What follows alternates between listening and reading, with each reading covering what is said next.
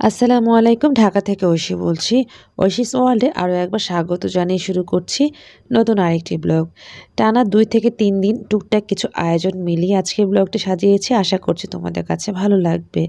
ফারিসা এসেছে আমাদের বাসায় আর এসেই বলছে যে সে সুশি খাবে। তো আদনান অনলাইন থেকে অর্ডার করেছে সুশি। সুশি খাচ্ছিল আর টিভি দেখছিল।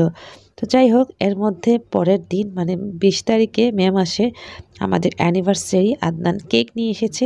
কেক কাটাকাটির পর্ব শেষ করেই পরের দিন যেটি করেছি, ফারিসা আমাকে বলল সে দোসা খাবে।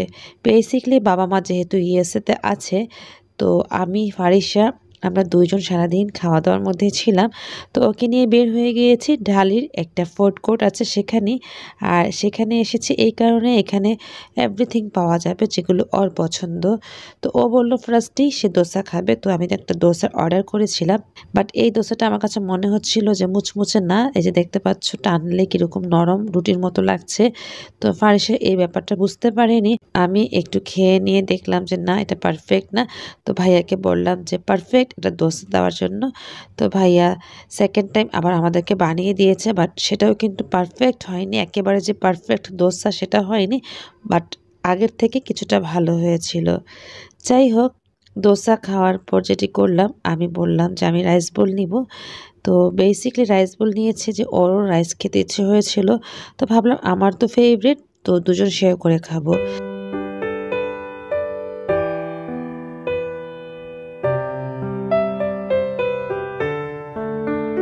তো দেখতে পাচ্ছ রাইস বোল চলে এসেছে। আর এখানকার রাইস বোলটাও মজার ছিল, উপরে একটু চিজ দিয়ে দিয়েছে।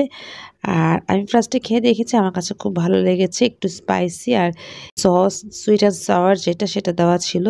তো ফারিসাকে আমি বললাম যে শেয়ার করার জন্য, সে শেয়ার করছে এবং তাকেও খাওয়াই দিচ্ছিলাম।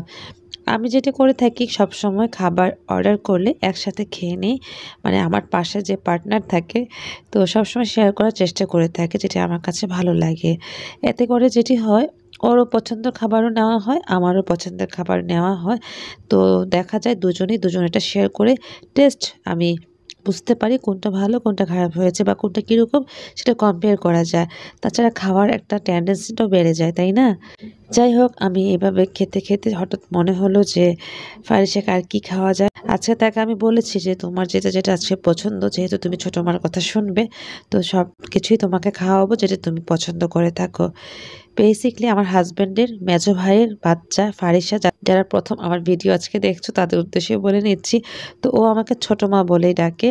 তো বলছিল যে ছোটো মা আজকের খাবারগুলো খুবই মজার, তোমার রাইস বোলটাও মজা হয়েছে আর দোসাটাও ওর কাছে নাকি ভালো লেগেছে। তো যখন সে বলল যে আমার রাইস বোলটাও মজা হয়েছে, তো ভাবলাম যে তাকেও খাওয়াই দিই। তো যেই ভাবনা সেই কাজ, ওকে বলেই খাওয়াই দিচ্ছিলাম। আর ও খুব মজা করে খায়। তাছাড়া ও খুব হ্যাপি থাকে যদি ওকে কেউ আদর করে। তো ও খুব বাচ্চাদের মতো অ্যাটিটিউড করে যাতে ওকে বেশি বেশি আদর করা হয়।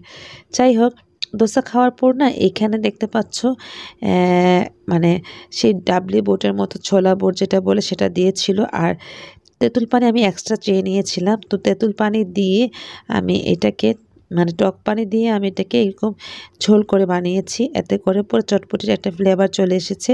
তো ফারিসাকে বললাম খেয়ে দেখার জন্য, ওর কাছে ভালো লেগেছে। সাথে আমারও টক খেতে ইচ্ছে করেছিল, আমিও খেয়ে নিয়েছিলাম। তো খাওয়ার পর মনে হলো যে আজকে আমরা একটু মেমোরি করতে পারি। তো ওকে বললাম যে তোমার ছবি তুলবো। তো আমি ছবিও তুলছি, পাশাপাশি ভিডিও করে নিচ্ছিলাম। আর সে তো পোজ দিয়েই যাচ্ছিল। যাই হোক, খাওয়ার পর ফারিসা আবার একটা বায়না করলো যে ছোটো মা আমি ডেজার্ট কিছু খাবো। তো বললাম তুমি কি খেতে চাও? আমি ভেবেছিলাম যে ও হয়তো বা চার কথা বলবে, বাট সে বলছিল যে না, সে আইসক্রিম খাবে। কোন আইসক্রিম? তো কোন আইসক্রিমের অর্ডার দিয়ে দিয়েছে। আর এর মধ্যে সে পোজ দিচ্ছিল ওকে ছবি তুলে দেওয়ার জন্য। তো আমি ওকে ছবিও তুলে দিয়েছি, সাথে একটি ভিডিও ক্যাপচার করে নিয়েছিলাম যেটি তোমাদের সাথে শেয়ার করছি।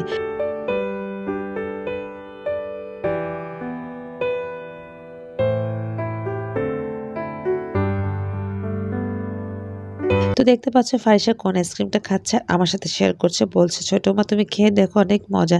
ফারিসার একটা জিনিস খুব ভালো লাগে, সে সবসময় শেয়ার করে খায়, কিছুটা হলেও দিয়ে খায়, যেটা আমার কাছে আসলেই এতটুকু বাচ্চা 10 বছরের বাচ্চা, বাট সে কিন্তু এতটুকু ফিল করে যে শেয়ার করে খেতে হয়।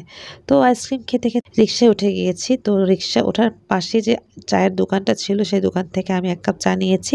রিক্সা মামাকেও 1 কাপ চা দিয়েছি। তো ফারিসা খেতে খেতে যাচ্ছিল, আমারও চা হাতে একটু ছিল।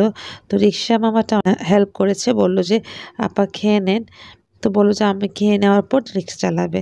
তো রিক্সা মামার চাও খাওয়া হয়ে গিয়েছে, আমি তো খাচ্ছিলাম। তারপর আমি কিছুটা ছিল ফেলে দিয়েছি, কারণ রিক্সা চলা অবস্থায় খেতে নিচ্ছিলাম, ওর গায়ে পড়বে, আমার জামায় পড়ে যাবে, সে চিন্তা করে আমি ফেলে দিয়েছি। তো ফারিসা আমার দিকে তাকাচ্ছিল, বলছে ছোট মা আসো আমরা একটা সেলফি তুলি। তো সেলফি তুলতে তুলতে যেটি করছিলাম, একটু ভিডিও তো করতেই হয় যেহেতু আমি একজন ব্লগার। তো ওর সাথে কথা বলতে বলতে বলছিলাম যে তোমার আছে কোন খাবারটা ভালো লেগেছে, সে বললো যে তার সব কিছু ভালো লেগেছে। রাতে ডিনার হিসেবে আমি যেটি করলাম, খিচুড়ি বানিয়েছি প্রেসার কুকারে। আদনান বলল প্রেসার কুকারে আঠালো টাইপের খিচুড়ি খাবে, সাথে ডিম ভাজি আর আলুর ভর্তা, সাথে শুটকির ভর্তা, এরকম কিছু বলেছিল। সাথে আচার নিয়েছি। এভাবে করে ওকে আমি 2 লোকমা খাইয়ে দিয়েছিলাম। তারপর অনেক বেশি করে আলু ভর্তা বানানো হয়েছে আর পেঁয়াজের ভর্তা বানানো হয়েছিল, সেগুলো একটু রেখে দিয়েছি, এটা আমি আর সুমি খেয়ে নিব। তারপর এত আয়োজন দেখতে পাচ্ছ। পরের দিনই আমি আন্টি, আঙ্কেল এবং ভাইয়া আপুকে, মানে সবাইকে বলেছিলাম আজকে আমাদের বাসায় লাঞ্চ প্লাস ডিনার করার জন্য। যেহেতু বাবা মা চলে গিয়েছে, আমি একটু আয়োজন করেছিলাম যে সবাই একসাথে খাবো।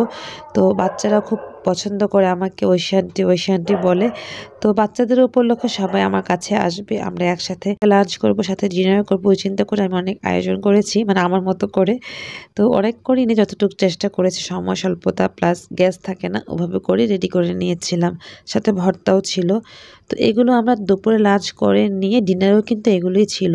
তারপর যেটি হয়েছে, সন্ধ্যা হয়েছে, সন্ধ্যা নাস্তা হিসেবে স্ন্যাক্স টাইপের আয়োজন করেছি, মিষ্টি বিস্কিট চাও ছিল, এবং ডিনারের জন্য বলে দিয়েছিলাম যে এগুলোই খাবো। এভাবে করে আজকের দিনটি আমরা খুব সুন্দর কাটিয়ে নিয়েছিলাম, তোমাদের সাথে শেয়ার করেছি। তারপর যেটি হয়েছে, এখন দেখতে পাচ্ছ যে সন্ধ্যার নাস্তা হিসেবে আমি এগুলো রেডি করেছি। বেশ, লাঞ্চ প্লাস ডিনার আর সাথে সন্ধ্যার নাস্তা দিয়েই শেষ করেছি আজকের আয়োজন। তো বিদায় নিয়ে নিচ্ছি, সবাইকে আল্লাহ সুস্থ রাখুক। আল্লাহ হাফিজ, আসসালামু আলাইকুম।